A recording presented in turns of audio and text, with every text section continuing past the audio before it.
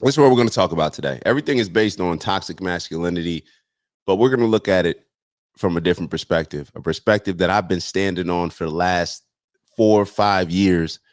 I always go back to this clubhouse call that we were on years ago, the only clubhouse that I ever did, in which everybody was talking about toxic masculinity as men not being vulnerable, as men not being soft, as men not being catering to women and all this stuff. And I said, that's not toxic masculinity. That's feminizing men. Feminizing men is the toxic masculinity aspect. They kept thinking that toxic masculinity was a man being strong and stubborn and all this other stuff. No, a man being on his purpose, being disciplined, being focused, and not willing to budge for any or everything. Y'all just see that as toxic masculinity. A man that doesn't want to complain about his problems would rather go out there and do something about them. A man that may not want to get the same type of therapy that would be beneficial for most women. That does not mean that he's toxically masculine. But that's what everybody was trying to tell me. What my definition of toxic masculinity is what we're seeing right now and what has been created right now. What created what we're seeing right now, I should say. Toxic masculinity, men acting feminine.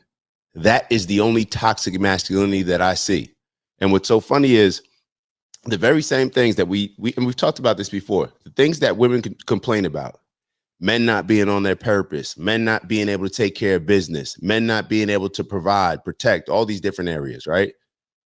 That is toxically masculine. That is a man being emasculated, feeling that they do not have to live in their purpose and do not have to fulfill their role as a protector, provider, and leader in their family and community. But maybe that's just how I see it.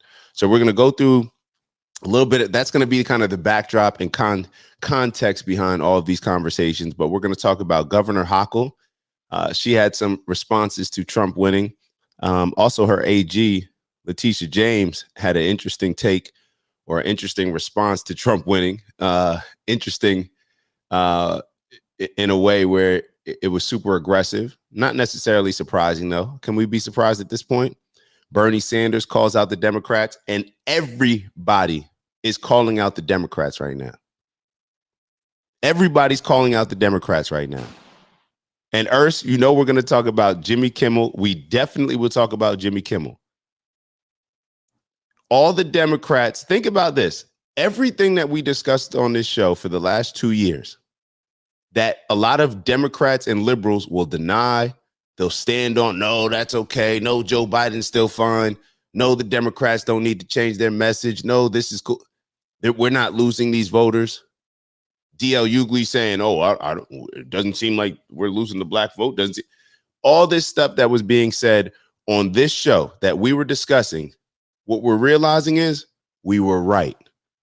And I know I came on here Wednesday not trying to say, I told y'all so. We told y'all so. Still not necessarily saying that.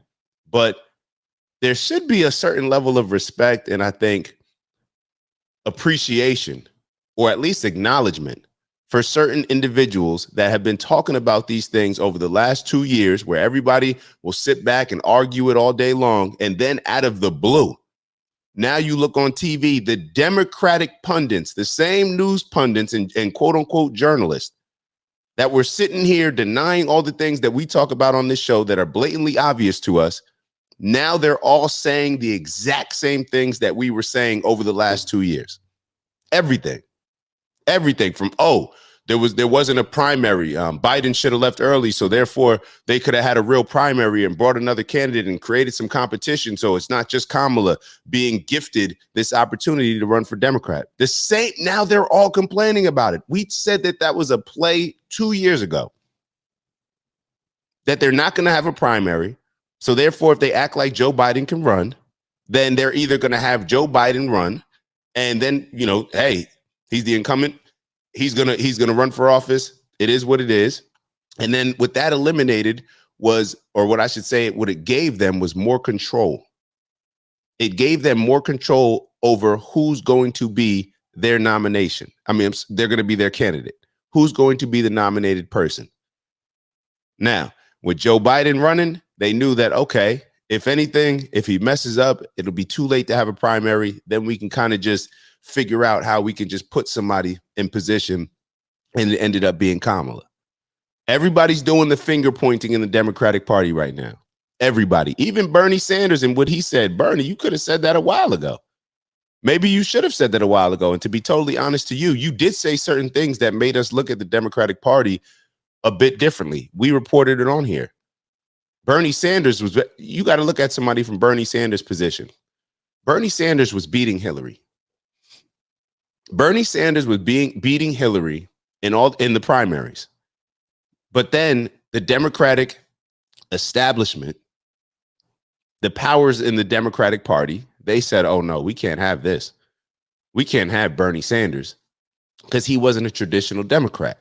So therefore, they used their powers to control everything and to, matter of fact, was it against Hillary or was it against Biden? I think it was both, actually. But they used their powers. Yeah, I think it was both. Bernie should have got the nominee, I believe, against when Hillary was representing the Democratic Party and when Joe Biden was representing the Democratic Party. But they used their powers. And I think even more specifically, when he was beating Biden in 2020, the rest of the candidates agreed to drop out and all support Biden. So therefore, it was kind of like a 20v1 when it came to Bernie Sanders. So I'm going off on a tangent. My apologies. So we're going to look at the Philly DNC.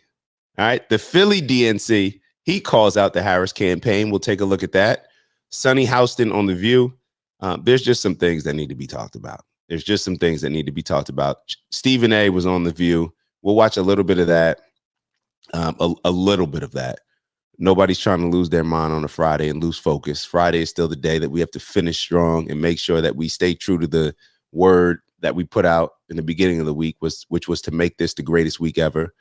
And then I got a question that I want to ask y'all about all these things I'm hearing, sensationalized statements about protecting people's rights, about us having less rights now, about my body, my choice. We're going to really talk about whether or not people really care about the well-being of people's lives. We're going to talk about, we're going to look deep into our culture. Probably won't even have to look that deep, to be honest, and really ask ourselves, do we really care about the wellness? Do we really care about the overall health of ourselves and our compadres? Do we really care about that? Because based on a lot of the things that are in our culture that we do on a day-to-day basis, that we embrace, it's hard to really think that all of a sudden now when it comes up whether or not we can have abortions, now we care about the health of people. So we'll get into that as well. We'll start off with this Kathy Hochul video. Oh, hold on. I didn't even write the Megyn Kelly. Oh, I do have Megyn Kelly here. All right, so we'll start out with Kathy Hochul. Y'all check out this video and give me your thoughts. And once again, just keep that toxic masculinity in the back of your head. Ew, it's Dak. Just want to thank you for checking out our video and visiting the OG Network. If you enjoyed the video, please make sure that you give us a like. And if you're looking to join a community of inspired individuals striving for purposeful abundance, subscribe. And if you're feeling real generous, share the video with some friends and family. All right, I'll see y'all soon. Ew.